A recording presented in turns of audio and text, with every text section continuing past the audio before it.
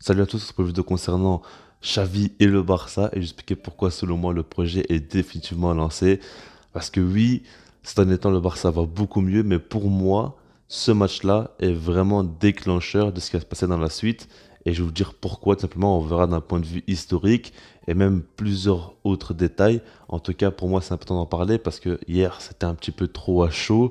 Je pouvais pas être sérieux, j'étais trop content, trop heureux. Je le suis encore, hein, mais c'était trop à chaud pour moi pour commencer à faire des analyses. Là maintenant, j'en ai fait une vidéo le lendemain. C'est un peu plus calme, on va dire, aujourd'hui, même si je suis encore dans l'euphorie.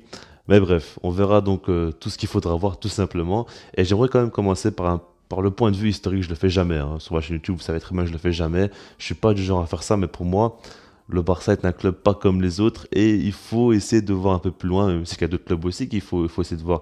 Mais l'histoire a déjà prouvé que des grosses victoires du Barça Bernabéu ont donné lieu après à de bonnes périodes du Barça où ils ont dominé l'Europe. On va commencer par la première grosse victoire.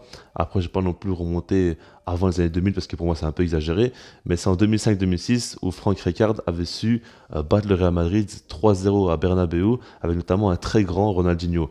Alors ça remonte à longtemps, certes, mais pour moi la situation du club en début de saison est largement comparable à celle de la saison 2005-2006 parce que le Barça galérait énormément. En championnat, c'était complètement largué. C'était vers le milieu de tableau pour vous dire. Il y a eu beaucoup de difficultés et Rijkaard était vraiment ciblé par beaucoup de supporters. Beaucoup voulaient donc son départ, mais Laporta a forcé, a voulu continuer avec lui, lui a fait confiance et avec le temps, il a su avoir de beaux résultats et ça allait beaucoup mieux. Mais pour moi, l'élément déclencheur, c'est vraiment ce classico-là, même si qu'avant ça, il y avait quand même un enchaînement et ça allait beaucoup mieux déjà en règle générale, surtout après le mercato d'hiver. Mais ce classico-là avait fait beaucoup de bien au Barça. Après, si on parle maintenant même de Guardiola, si on regarde bien, en 2009, il avait battu le Real Madrid chez eux 6-2. Bon, c'était un peu exagéré, on ne se cache pas. Mais ce qui a permis quand même à cette équipe-là, qui avait beaucoup de jeunes joueurs, beaucoup de joueurs qui étaient vraiment... C'était pas comme Rijkaard, parce que Xavi, par exemple, il était encore très jeune avec Rijkaard. Là, il était un peu plus âgé, un peu plus expérimenté. Mais avec Guardiola, il y avait des joueurs, on savait très bien, ils avaient un énorme potentiel. Il y avait quand même un groupe qui était impressionnant, mais il leur manquait vraiment un match référence. Et à partir de ce match-là, ils ont commencé à vraiment prendre la confiance. 2 ans après, la fameuse année 2011 où ils ont tout rasé.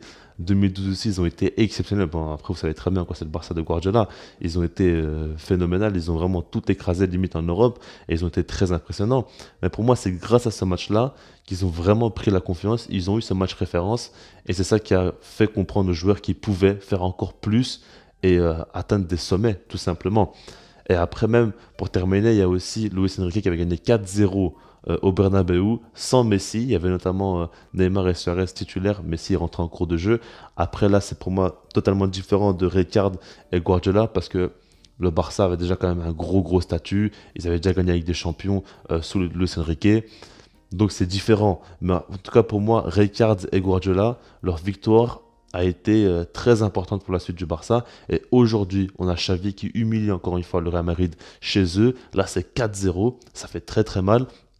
Et quand on regarde le Barça de Xavi, il y a énormément de jeunes joueurs, donc beaucoup de joueurs qui manquent d'expérience. Et avoir une telle victoire comme ça face au Real Madrid chez eux, ça va les aider parce qu'il faut un match référence, il faut pouvoir se baser sur une grosse performance pour ensuite jouer de ça avec la confiance qui va avec et pouvoir enchaîner derrière, en tout cas surtout pour la saison prochaine. Maintenant, il faut bien comprendre les choses. Je ne dis pas que maintenant le Barça, dès la saison prochaine, ils vont gagner la Liga, ils vont gagner la Coupe du Roi, ils vont gagner la Super Coupe d'Espagne, ils vont gagner la Ligue des Champions, ils vont tout gagner quoi. C'est pas ça que je veux vous dire. Moi, ce que je veux dire, c'est que pour moi, cette victoire-là du Barça, elle est très importante. Déjà, reprendre un petit peu le dessus sur le Real Madrid, même si c'est qu'un seul classico.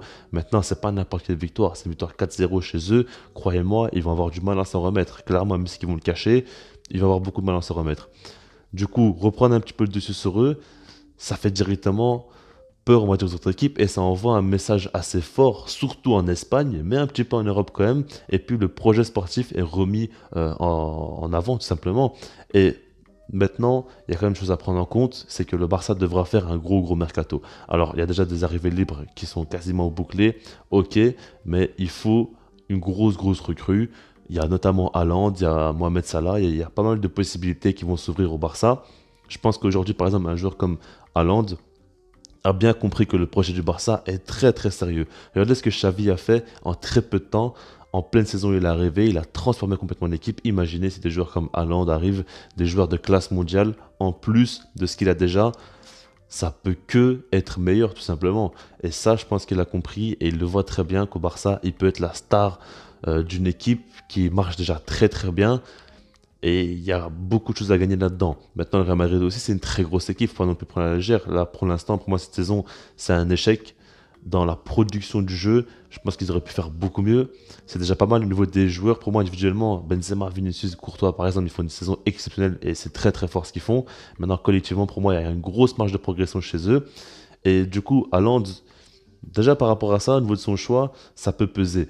Maintenant, il y a d'autres joueurs aussi qui seront intéressés par le Barça. Quand on voit que le projet est en reconstruction, revenir au Barça, regagner avec des champions, après tout ce qui s'est passé, ça peut faire rêver quand même pas mal de joueurs parce que c'est un club quand même historique et beaucoup de joueurs sont très très fans du Barça, même si c'est le cas pour certains, d'autres l'ont déjà dit.